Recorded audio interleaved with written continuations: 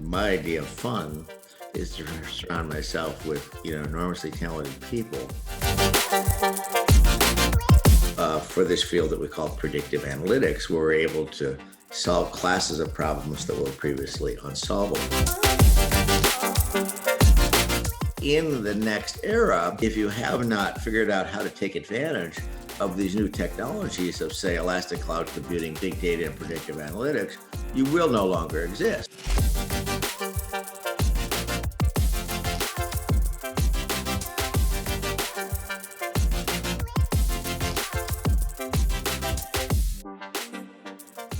Good afternoon, everybody, and welcome back to the Learning of Leaders series. It's a pleasure to be here in Geneva with my friend here, Peter. And today we have the CEO and founder of C3 AI, Tom Siebel, that will be sharing all his career. Peter, the floor is all yours. What an amazing honor for us to have you here, Tom. Tom Siebel, for those who don't know, he's a 40-year veteran of the tech industry. Really one of the biggest leaders in the industry, has had executive positions at Oracle, founded a billionaire startup already in the 1990s, Siebel Systems, and now he's done it all over again at C3 AI, which makes enterprise AI, and is actually a world leader in that field. It may all sound a little bit complicated for all of us who are laymen, lay people who don't know so well that industry. We'll get to that straight away. But first of all, Tom, welcome. And I should always ask, how are you and where are you? Hello, everyone. It's my great honor to have the opportunity to speak with you. I am in Silicon Valley in Woodside, California. It's 9 o'clock here, and it's a great pleasure to be able to speak with you. Yeah, absolutely. It's a real honor to have you on, of course. You know, I want to talk to you about so many things, but before we do, maybe we should make sure that we're all a little bit at the same page, because you are, of course, an innovator, technologist, have done so many things in the tech industry. We'll talk about all of those achievements and all those milestones throughout this interview. But first, right now at C3 AI, you do something which you call enterprise artificial intelligence. Could you tell us just a little bit about what that is, and perhaps some practical examples to understand how powerful that is? Yes, if we look at if we think back, the last 40 years, the information technology business has grown from roughly a couple $100 billion business when I first got involved to almost a $4 trillion industry today. And we have gone through a number of important technology breakthroughs that have accelerated that growth. And these breakthroughs would include, the mini computer, the personal computer, the internet, what have you, the smartphone. And as we look at the 21st century, I think the most significant technology trends that are kind of changing everything are related to elastic cloud computing, this phenomenon that we call big data, the Internet of Things. And these three, at the convergence of these three, we find, these are enabling technologies for this field that we call predictive analytics, where we're able to solve classes of problems that were previously unsolvable. So the application of predictive analytics to commercial industrial processes is what we call enterprise AI.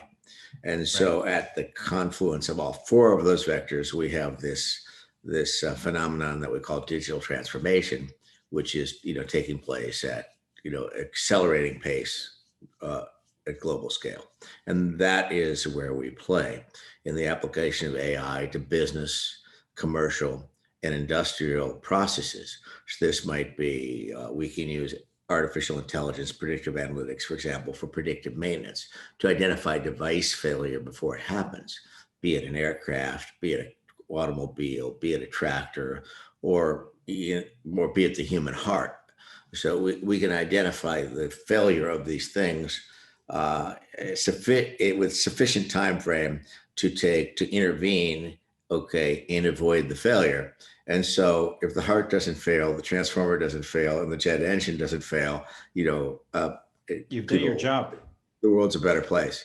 And it also has applications, in financial services for credit and fraud, and many applications in oil and gas for companies that are like Shell, that is repositioning itself. It's becoming Shell, which is the fifth largest company in the world, and one of the largest hydrocarbon producers in the world, is reinventing itself as a zero carbon footprint company by 2050. Well, we're at the heart of that in applying AI in all of the business processes at Shell, upstream, midstream, downstream, to basically digitally transform all of Shell to make it a renewable energy company. So these are the types of things that we do. Yeah, and it really is, where previously perhaps in these large industrial processes where there's so many variables, so many things that come together, and previously it was almost like you looked at the weather in the morning and you thought, this is going to happen or that's going to happen. You replace all that uncertainty and that guesswork really with something backed by data, big data, and the power of predictive analytics. Is that right? Yes, we can predict events that haven't happened yet, be it fraud or be it device failure, these types of things with very, very high levels of precision and recall, say, 70, 80, 90%. So the technology today is becoming quite robust. Right. And of course, for these companies to understand the scale of the business opportunity of enterprise AI, for these companies, of course, those tiny adjustments that they make to these major processes can mean the difference of like millions and sometimes even billions of dollars of revenues or what have you. A perfect example in your neighborhood would be a company called Enel. And Enel is the largest company. Yeah, Enel is the largest utility in the free world, and they operate about 60 million meters. And putting that in perspective, there's 100 million meters in the United States, so this is a pretty big grid. And they have a visionary CEO by the name of Francisco Starace, and he is basically reinventing the utility industry. So if you look at the power grid would be the largest and most complex machine ever built. And it is, according to the National Academy of Sciences, the most significant scientific achievement of the 20th century. And it was designed by Thomas Edison and George Westinghouse. Now we have this convergence of the power grid with the Internet of Things, with what we call the smart grid, where all of the devices in the grid infrastructure, hundreds of millions of devices, transformers, substations, reclosers, generators, meters, thermostats, are all being censored so that they're remotely machine addressable in real time. So when we apply predictive analytics or AI to a grid infrastructure like Enel, this is what we call smart grid analytics, where we're, talking about integration of renewables, distributed energy resource management, very, very technical and difficult problem associated with integration of renewables. We get into the details of that if you want.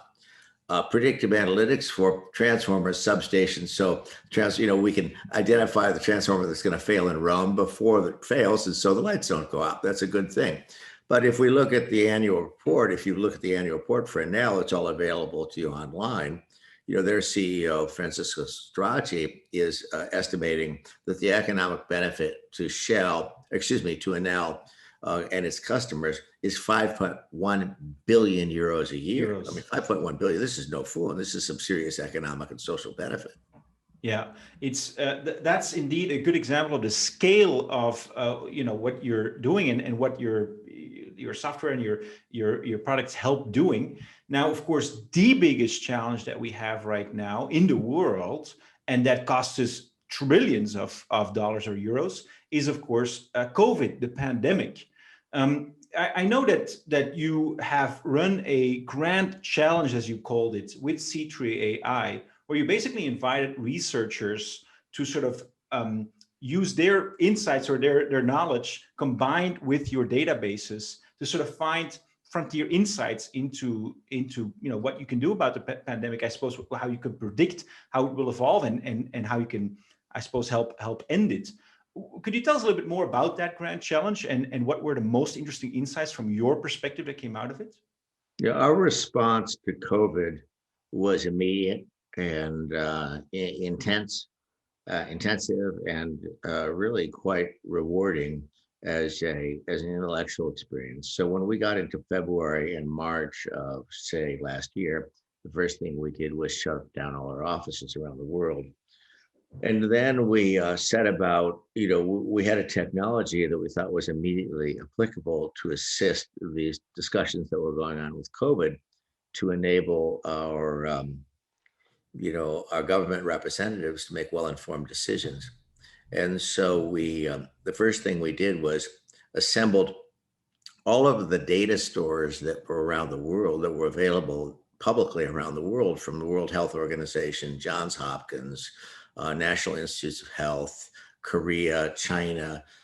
We took all of the COVID data that were published and used our platform, the C3AI platform, to aggregate all that data into a unified federated image.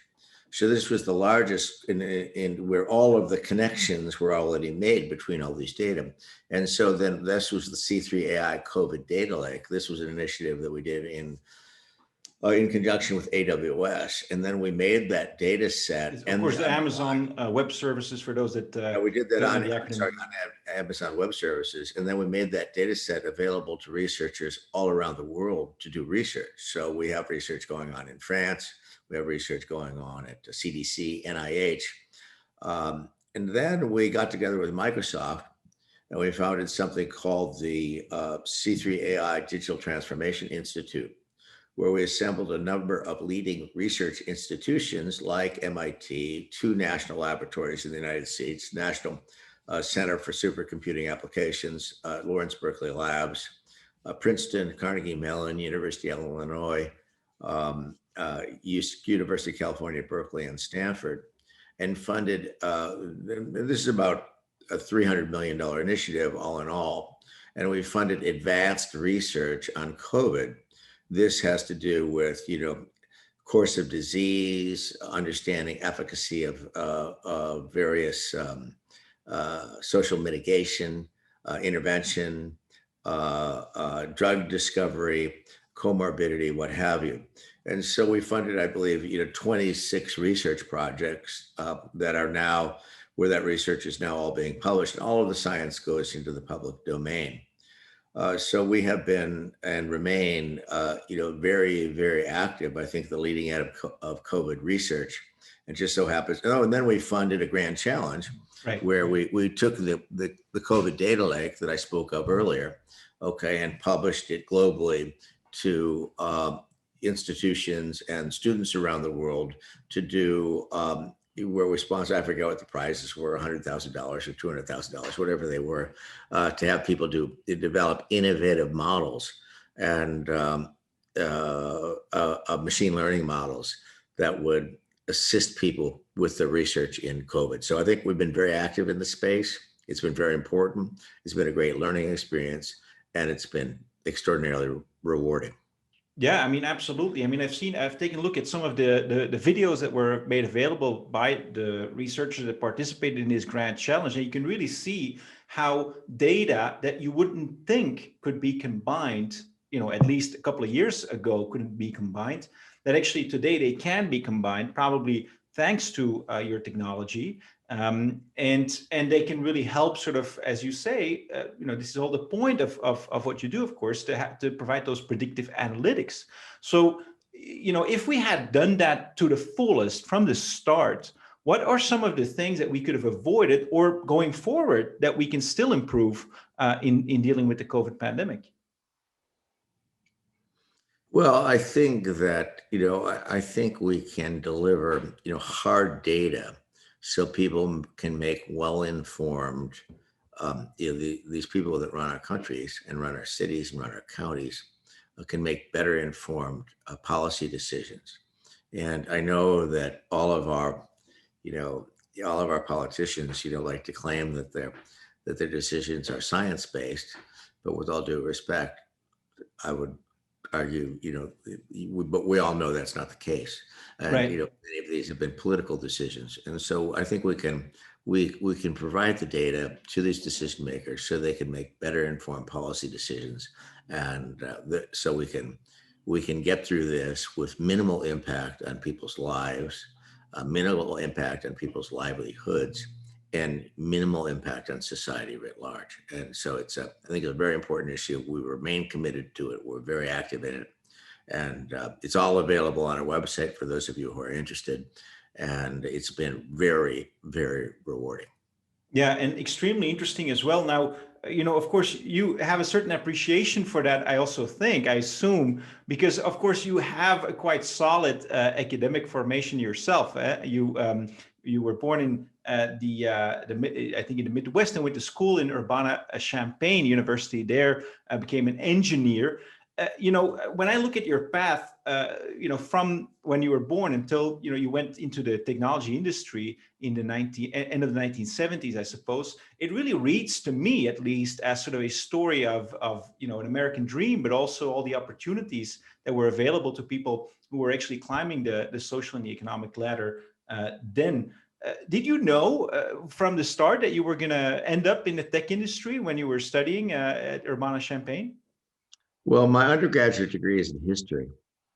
And so I'm a liberal arts. And only your master, of course, was engineering. I studied history of science, and then I got a graduate degree in business administration. And then I ran across a book literally at the University of Illinois Student Union called The Coming Post-Industrial Society by a sociologist, Harvard sociologist by the name of Daniel Bell.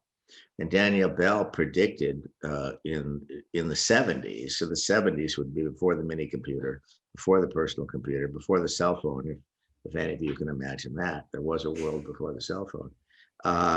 He predicted that the global economy was about to be restructured. Daniel Bell was a very, very influential American sociologist. He was a Marxist, by the way.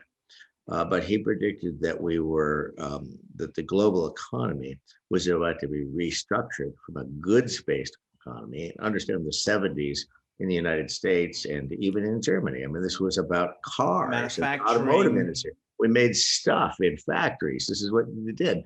And this idea that we were going to change from a goods-based society to an information-based society was, very prescient. And he said, in the future, in the post-industrial society, that this is all going to be about he predicted that information technology and data and timeliness and availability of data would change everything about the way that we live, the way that we recreate, the way that we work. And I found that very motivating and thought, I wanted to go play that game. I wanted to have a seat at that table. And so this is why I applied and was admitted to the graduate school of computer science at the University of Illinois and received and studied there to develop fluency, in the languages of engineering, in the languages of computer science, so I could play the game.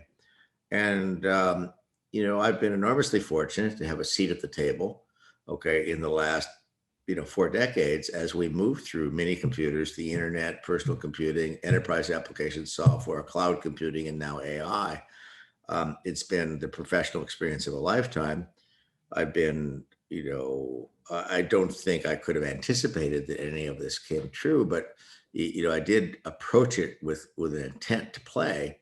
I never, in my wildest dreams, thought I would have the opportunity to play the game, at the table, with Gordon Moore, with Bill Gates, with Steve Jobs, with Larry Ellison, with Lou Gerster, and to have a seat at that table, you can imagine it was, absolutely about as interesting as it gets. Yeah, absolutely incredible. And of course, it's some people that I've talked to before that have been active in the tech industry, they say, you can't create a wave, but you can ride a wave. And it seems like when you came, when you were studying, that wave of technology was just starting. I mean, I looked at, when Microsoft was founded, when Apple was founded, when Oracle was founded, it was all in the end of the 70s, just as you started, of course, also your career.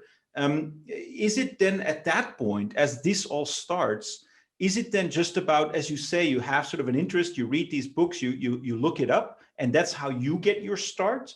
Or is it luck? What is it, being at the right place, the right time? What do you attribute that to, that you got your start in that industry back in the day? Well, I think Daniel Bell's work was, very influential on my life in that, he predicted that this information technology industry, when it was quite small, was going to become a big deal. And so I got involved when the industry is relatively small, and now it's pretty big. And then I found this new technology called relational database theory, and I did my graduate work. All my graduate work was, and my thesis was on relational database theory, which was then a nascent technology. And when I went to work for Oracle, I mean, the worldwide market for relational database technology might have been $5 million. Oracle might have been selling $1.5 million Tiny. worth of stuff. And, but I believed that, this was going to be a big business. And it turned out that the relational database business turned out to be a pretty good business. And these guys at Oracle Right. around the business were pretty competent. Later, when I started Siebel Systems in 1993, there really was no market and really no concept of this thing that we know today as CRM, or customer relationship management. So that was, and to step back, the way that I looked at it, as of 1993, we had successfully applied information technology to many business processes: general office automation work, manufacturing, ERP, accounting systems, HR systems, and yet the processes of sales, marketing, customer service remained largely untouched by information technology. Now, I was quite satisfied that that could not continue to be true. And so we thought about, in the 90s, we had an important step function of technology that came online that kind of changed everything. And this included the internet that kind of spun out of the University of Illinois as you know it today with the Mosaic browser. Windows 95, which is a very, very important piece of technology that enabled massive scale graphical user interfaces. Nomadic laptop computing, okay, that had introduced primarily by Compaq and some others, and then high-speed relational database systems. So we took that step function of technology and pointed at the value chain of sales, marketing, customer service. When I started, it might have been $100 million business. And, today it's a $60 billion business. And and now again with enterprise AI. I mean, we started this work in 1990. I'm sorry, in 2009. I'm sorry, at C3, and we've invested about $1 billion building a technology platform that allows our customers across a wide range of industries to rapidly design, develop, provision, operate these huge enterprise AI applications, like the one I mentioned in Enel, which is probably the largest AI application in production in non-classified space. And so I've been very fortunate in my career to be in the right place at the right time when the market was in its nascent stages. And about the time we had a product built, the market was exploding. Yeah. So you're right. I've been very, very lucky. And when you're in the right place at the right time, and some of you will be there and you will know it, and you will think things will feel a little bit magical and maybe surreal, and you will flip a coin 100 times in a row and it keeps coming up heads and you can't figure it out. And when that happens to you, you just gotta not goof it up. Don't Right. But of course, the question is, because it is obviously has to do with being at the right place at the right time. You could not have done this if you were living, for example, in in a developing country where there was no internet or where there were no personal computers. But of course, you made connections that nobody else made, and you said, okay, I see this small little kernel of an opportunity, and I think it's going to go from 5 million to 60 billion. Those are the kinds of things, of course, which make it exceptional. How do you discern whether this thing that's a 5 million market and that thing that's a 5 million market and the other thing, how do you know between them which is going to be the 60 billion opportunity down the road? I mean, like, you could have been active today in blockchain or any of those technologies as well. Well, what all of you are involved in doing in college or in graduate school I know that you're learning, but more important than learning, you're learning how to learn. Okay. And so, I encourage you when you leave there, you should have a book in your hand all the time. And I have a book in my hand all the time. And I happen to be a student of history of science and I really enjoy it and I read it. And so, after a while, you can, see these patterns and, and, Right. I don't think it's just about technology. I mean, it's about history, it's about sociology, it's about literature. I candidly think the liberal arts are way underrated. Everybody today wants to get a computer science degree. I think that's candidly kind of sad. Um, but Yeah, and it's really interesting because, of course, indeed, if you bring that background of history, then you can think back not just of like the first computer wave as it exists, sort of manufacturing in the 1950s and 1960s. No, you can look at like 2,000, 3,000, 4,000 year of history and also economic history and sort of see, okay, here's a pattern, and that makes you perhaps more precise than somebody else. Now, Tom, I should also ask because you've done this a couple of times. You've founded a multi-billion-dollar company. I'm not talking about C3 AI. I'm talking about Siebel Systems. So now you've done it all again. Besides having the vision, of course, you also have to have the drive. Where does that keep on coming from? well, this is my idea of a good time. So obviously, for me, this is clearly not about making money or about getting my 15 minutes, of fame. I think I might have, you know, that might already have come and gone. This is, what I really, my idea of fun is to surround myself with, enormously talented people, and, with a common purpose and create new markets. I know that we played a role in the creation of the relational database market. I'm confident we played a outsized role in the creation of the CRM market. And I would like to believe today that we're playing a leadership role in the creation and growth of the enterprise AI market. Now, this market will be an order of magnitude larger than either of those, but I do this because this is my idea of fun to work with Yeah. very bright people on very difficult problems and, solve problems for customers and for society at large. Right.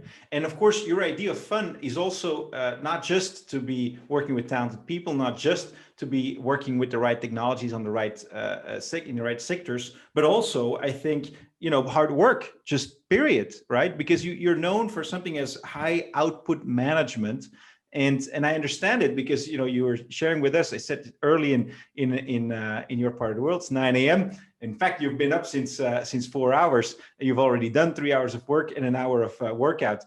So that tells you something about how fun is combined with hard work as well. Is that right? And so does that set you apart also from perhaps other companies in Silicon Valley where it's all about work-life balance and playing ping pong and having snacks at the cafeteria?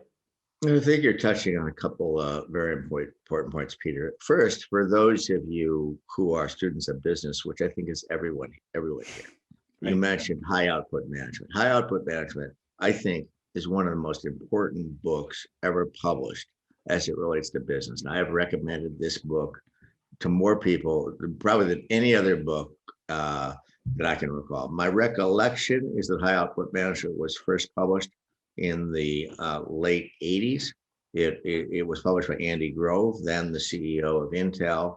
And I encourage you all to go get a copy and read it. It is an important book. Okay, now, as it relates to work-life balance, when I frequently speak to groups like this or at Harvard Business School or at Stanford or wherever a lot of people, are wrestling with work-life balance and they want to know, they want reassurance from me that they can have it all. That they can be a stay-home mom or stay-home dad or coach soccer 4 nights a week or raise 3 children, and be Steve Jobs. Okay. And, my answer is, I'm afraid, not very popular. Okay. Because I can't give you that assurance, and I don't believe it's true. I mean, these people, I mean, I knew Steve, okay, and I certainly know Larry, and I know, I knew Gordon Moore, and I know Bill Gates, and I am telling you, these people made personal sacrifices to accomplish what they accomplished, okay? And if you want to be that person, you will make sacrifices. And right now we're in perhaps, kind of the most effusive bubble economy, in history. Okay. And this will end. Okay. But when we see these bubble economies, like the one we're experiencing now, or say the dot-com in the late 90s. And Do you refer now to the current technology industry, or you refer now to, sort of the monetary policies that create a bubble? I actually, that's a very good question. I think it is monetary policy, okay, that is creating this bubble, but it Yep. is certainly manifesting itself. The leaders of the bubble are the technology companies, That's right. be they Amazon or Tesla, okay, Sure. and so when you get into these bubble economies and the cost of capital goes to zero, and anybody with a college degree and a 5-page business plan can raise, $1 million, and It seems as if it doesn't matter that you put in, all the hard work, that you are a genius, you get the money, and therefore you're going to be successful. But then and afterwards, people, and so companies get financed very readily. They can actually go public very readily under, very unusual companies. And, then, and when you get into these bubble economies, things get very relaxed. I mean, people wear shorts to work. They bring their dogs to work. They work from home. They work 3 days a week because it's easy. Anybody can do this, right? And then the one thing that you will know, and certainly studying, economic history, is these recessions are recurrent. I mean, they tend to happen. We're in the largest economic expansion in history right now, and usually they happen about every 10-12 years, and the music stops. Okay, when the music stops, thousands and thousands of these companies go out of work, go out of and you've business. seen this many times, of course. And the ones that go to business are the ones with the dogs in the office and people in t-shirts and painted fads and funny glasses and like goofing off. Okay, and there's and the companies that tend to sustain themselves are pretty serious business people that comport themselves professionally. They're focused on meeting social needs, focused on meeting human needs, okay, and focused on doing it at a profit and in a cash positive manner. And those companies Right. tend to survive. So yes, at C3, we tend to attract people who really like to work and who, where they're not worried about work-life balance because they see work and life as the same thing and take great pleasure in delivering a high quality work product. Now, I'm not suggesting this is the right answer. Okay. For me, I'm not suggesting that being a stay-home dad or a stay-home mom isn't a better life decision. It might be a better life decision. It might be a better life decision to, coach soccer 4 nights a week. But there are people like those people at C3 who, did go to, Ecole Polytechnique or got their PhD from MIT and have a book in their hand. They love to work and they love to work with customers. They love to work with teams and they love to work on hard problems. So for people like that, I mean, C3 AI is a great place to work. And if your goals, when I interview people, if their goals are in these other areas, I recommend they go to Google or they go to Facebook, and if necessary, I'll send the resume to Eric Schmidt and give them a recommendation, because there are plenty of companies for people who wrestle with that. We just don't tend to wrestle with those issues. And for Tom, I mean, I've been married for decades. I have 4 wonderful children. I would like to believe I'm a good husband. I would like to believe I'm a good father. But I really like to work.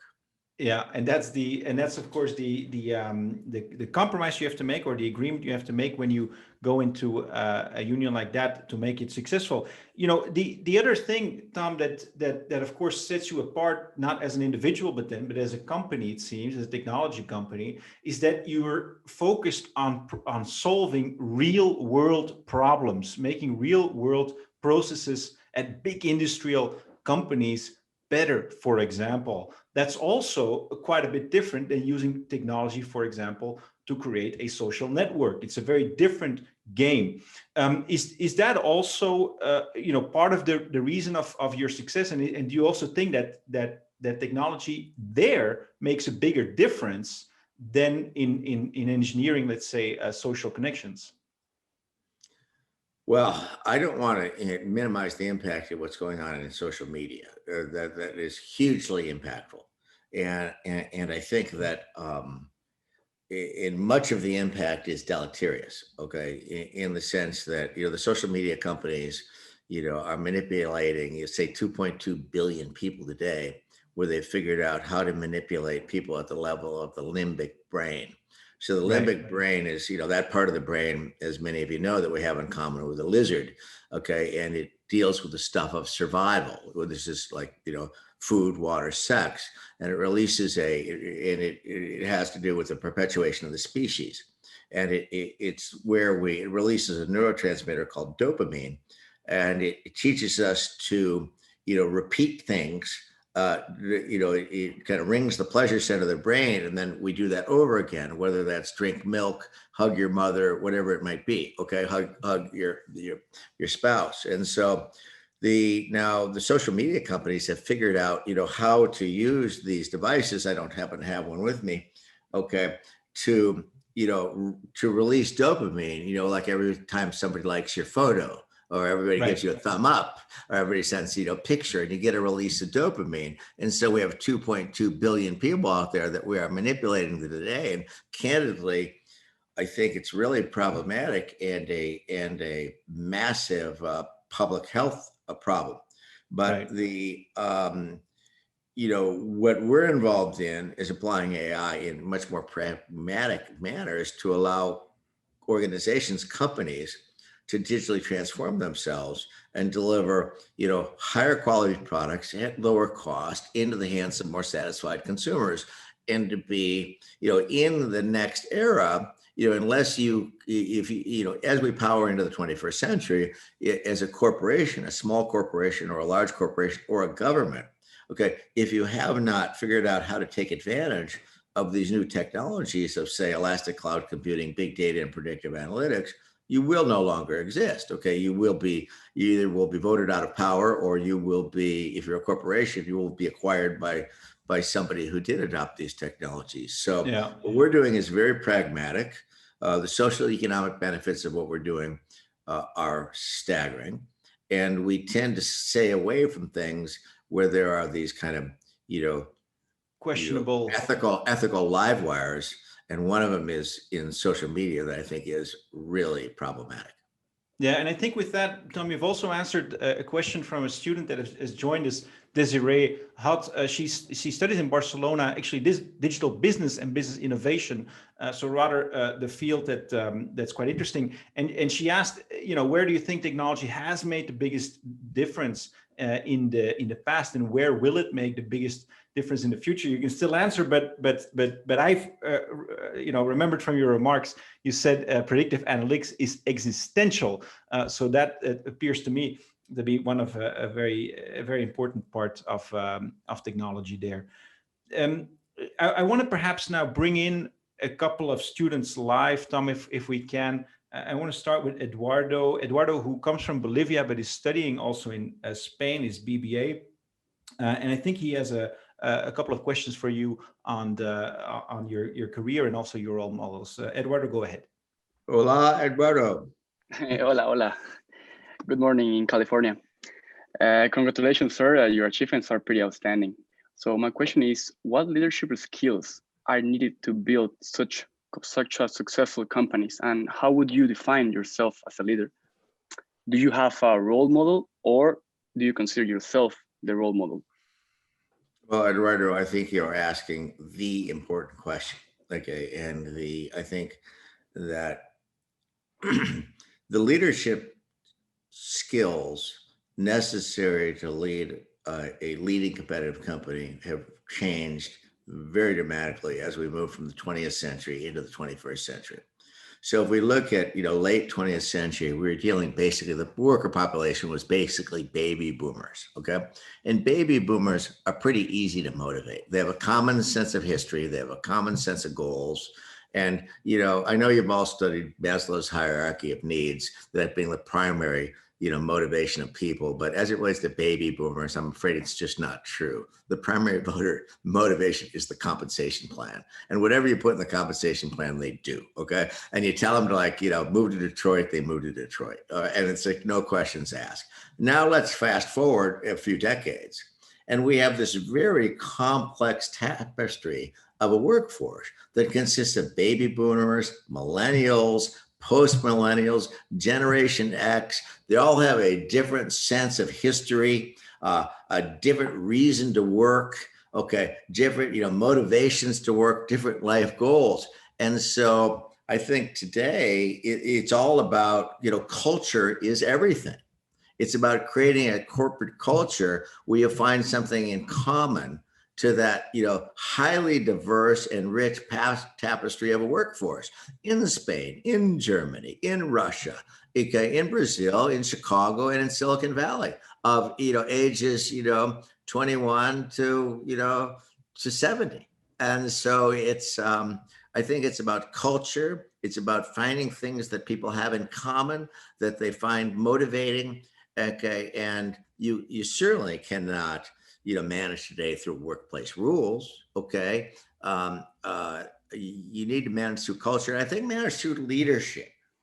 Okay. So we put a lot of value in leadership in our senior managers and versus traditional management skills. And traditional management skills is about sitting back and telling somebody how to do their job better. Okay. I'd say that leadership is about managing by example. So in our managers, we're looking for leadership, and I would like to believe that I'm a leader myself. And this means you're performing the role, more efficiently, faster, with higher levels of productivity than anybody in your team. And you're like climbing running up that mountain, ahead of the group every day, every time, showing everybody how it's done. And so I think it's about leadership and it's about culture. And these are the skills that it really takes to thrive in the 21st century economy. That's excellent. And Tom, maybe we can quickly follow up. There was also that side question of any people that you looked up to in your career. You mentioned, of course, a couple of names of thinkers. And you mentioned also very quickly, offhanded, also almost all these other founders of software companies that you all know personally. Is there anyone that stands out among them for you? I think Gordon Moore at Intel was most certainly a great genius and a great leader, and he changed many things. And we know him, of course. Somebody today who's a great leader. I mean, it's really impressive. It's this guy Satya Nadella at Microsoft. Holy guys! I mean, look what he has accomplished with that company. That's remarkable to take something that size. With that kind of inertia that candidly had been failing for like 12 years and just spin it around on a dime and turn it into a global juggernaut. So I think Satya is as impressive as I have seen. Yeah, that's really remarkable, isn't it? Because indeed, you've had other big companies like GE, IBM, Yahoo, in various industries at various times that were really sort of the number one. And that sort of lost that position to a certain extent. And Microsoft indeed seemed to be headed that way, but actually managed to turn it around. And you attribute that to Satya Nadella. I want to bring in another student, Andre, who's from Brazil, in fact, but also now in Spain. And I think, Andre, you have a follow-up question to what we already discussed. Go ahead. Yes. Hello to all those watching us. Mr. Siebel, nice to meet you. What I'd like to ask you as a business leader is, in your opinion, what do you think is something that most startups fail to do in the beginning when they are first founded? Well, I'll tell you guys thank you, Andre. I'll tell another story that won't be very popular here. Okay.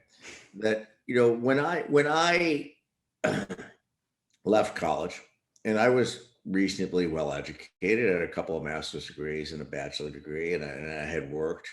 between, in between undergraduate school and graduate school, on everything from being a cow. I had worked as a cowboy. I had worked as on a construction site. Again, I worked at a book publishing company, and then I went back to grad school. And so I was arguably reasonably well qualified and reasonably well trained. Okay. I believe if I had left the university to go start a company, it would have been a big mistake.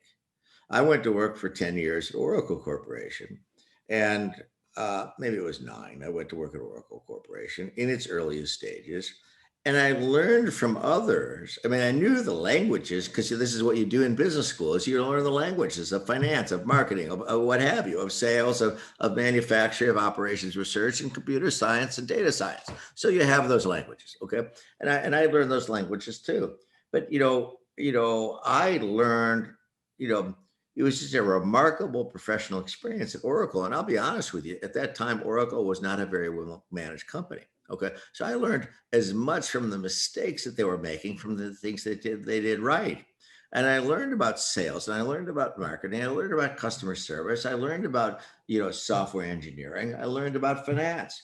And, had I not got the benefit of that experience of working with others and seeing how it is done, I do not believe I could have accomplished what I did at first. When I first left Oracle, I became the CEO of a company called Gain Technology that I sold to Sybase for, 10% of the outstanding shares of Sybase. This was back when Sybase was a real company.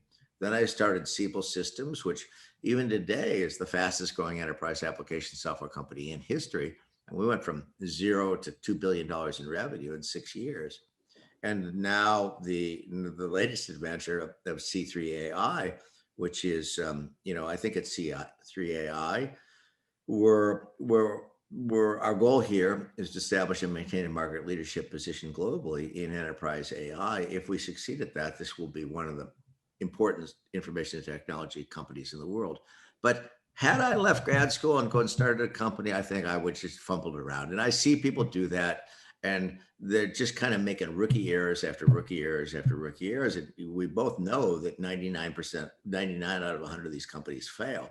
So I would ask you to strongly consider, spending a few years working with some professionals and seeing how it's done before you get out there. Because, ladies and gentlemen, as somebody who has spent their entire life building companies, okay, this is not easy, and it's not easy. And this idea that you see in bubble economies that people are kind of genetically disposed to be great entrepreneurs and business leaders, I'm telling you, it is not a genetic disposition. These are learned skills, and right. I know that is probably not what you wanted to hear, but I apologize for that. But I believe it's a good lesson, though, because we often do get, we often do hear first about these companies that were started by people who dropped out of college or never worked anywhere else and who actually succeeded. I mean, of course, these are the outliers. And perhaps to a certain degree, you can also say, I don't know if you'd agree with that even those that do succeed and create billion or even trillion-dollar companies nowadays, that some of them actually have and are making rookie mistakes, even as they are so successful in leading their companies. I don't know if you want to comment on that, but but let's maybe go to a third student, Tom, Mia, who is from Turkmenistan and who Munich, joining us from Germany, and she has also some questions about, I think, the impact of technology, Mia, and the future of our jobs. Yes, hello. Thank you so much for such helpful session. So my question is, do you believe that AI could replace human jobs in the future? Oh, AI. Well, if we look at the impact of information technology and sociology, okay, in the course of human events over time, okay, these technologies, be they fire, okay, be it the domestication of agriculture, the domestication of dogs, the Gutenberg press, movable type, the Industrial Revolution, steam engine, the Jacquard loom. These were all disruptive technologies, okay, and so that displaced many jobs. Okay, let's take the Industrial Revolution. I mean, if you were a teamster, okay, which is somebody who drove a cart with a team of horses, right? I mean, you were out of a job. Out of a job. Okay, and if you were a guild worker, hand weaving cloth in Turkmenistan, or Iran, okay, which you were artisan, you were replaced by the jacquard loom, right? If you were a craftsman, you were replaced by the production line. Now, so yes, it will displace jobs, but I'm confident that, like the Industrial Revolution, like movable type, like domestication of agriculture, it I think it will create orders of magnitude more jobs than it displaces. Yeah. And so yes, it will displace jobs. And of course also create an order of magnitude, as if the history is any guide, which we know from your specialization that it is. It will also create an order of magnitude of wealth, of course, much greater than we know today. Now, Tom, on that front, of course, we have seen an explosion of wealth, at least material wealth, financial wealth, not just in the last few decades, but really since, as you said, or you touched on this idea of the Industrial Revolution back 200 years ago. At the same time, of course, we've also seen that it went at the expense, if not of our well-being, then at least of the well-being of the planet, planetary health. How do you see the future on that front? I mean, like, is technology going to be a force for good on that front? And how do we ensure that it is? Well, I think, one of the primary applications of AI in an area where we're doing a lot of research today, and if you look at the C3 AI Digital Transformation Institute, you'll see that we're funding, massive research as it relates to, climate and energy security.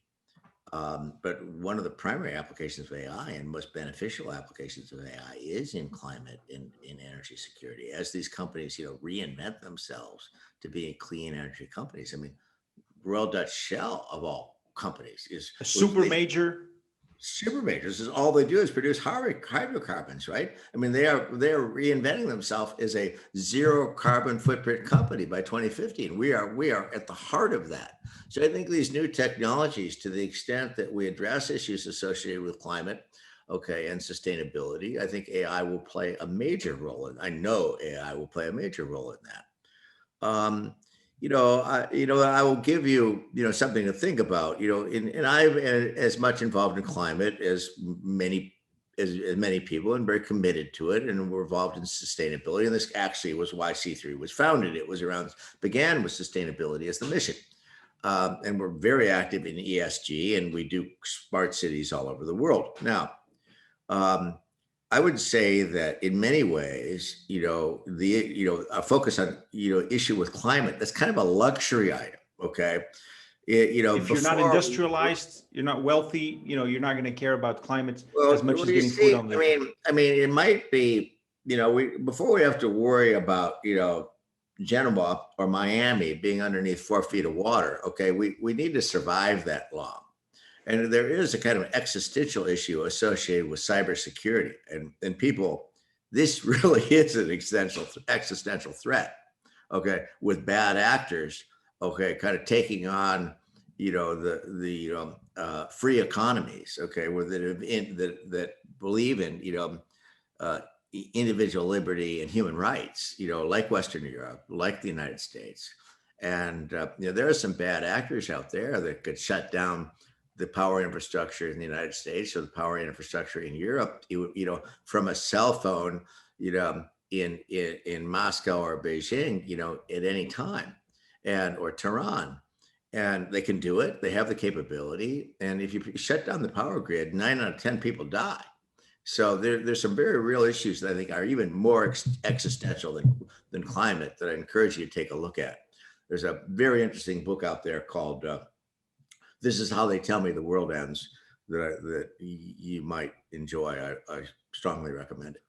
Yeah, and indeed, you are, of course, addressing all these major industrial processes you mentioned already a couple of times, including at the super majors, or some of them at least, which will get us on that path to, as Shell aims, net zero in terms of carbon imprint. Now, another aspect of technology and the impact that it has, and talked about a little bit, is the ethical choices, the ethical design, let's say, of AI and technology. How do we ensure that, in fact, in the world of 2030 or 2040 or 2050, that technology in general and AI in particular will have played, let's say, a positive role from an ethical perspective? Peter, I think you are asking the important question.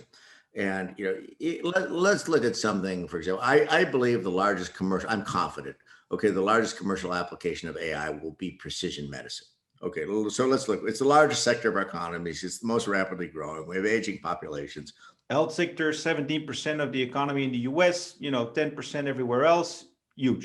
This is huge. Okay, and so for example, it is within our capability today to aggregate the genome sequences and the healthcare records for the population of France, Germany, Spain, the United States, whatever it might be, into a unified federated image. And then we can apply machine learning against those data. And by the way, the human being in not very long will be emitting telemetry, right? From Fitbits and heart monitors and sensors embedded in our brain. And they will be receiving these signals at, say, 90 hertz cycles.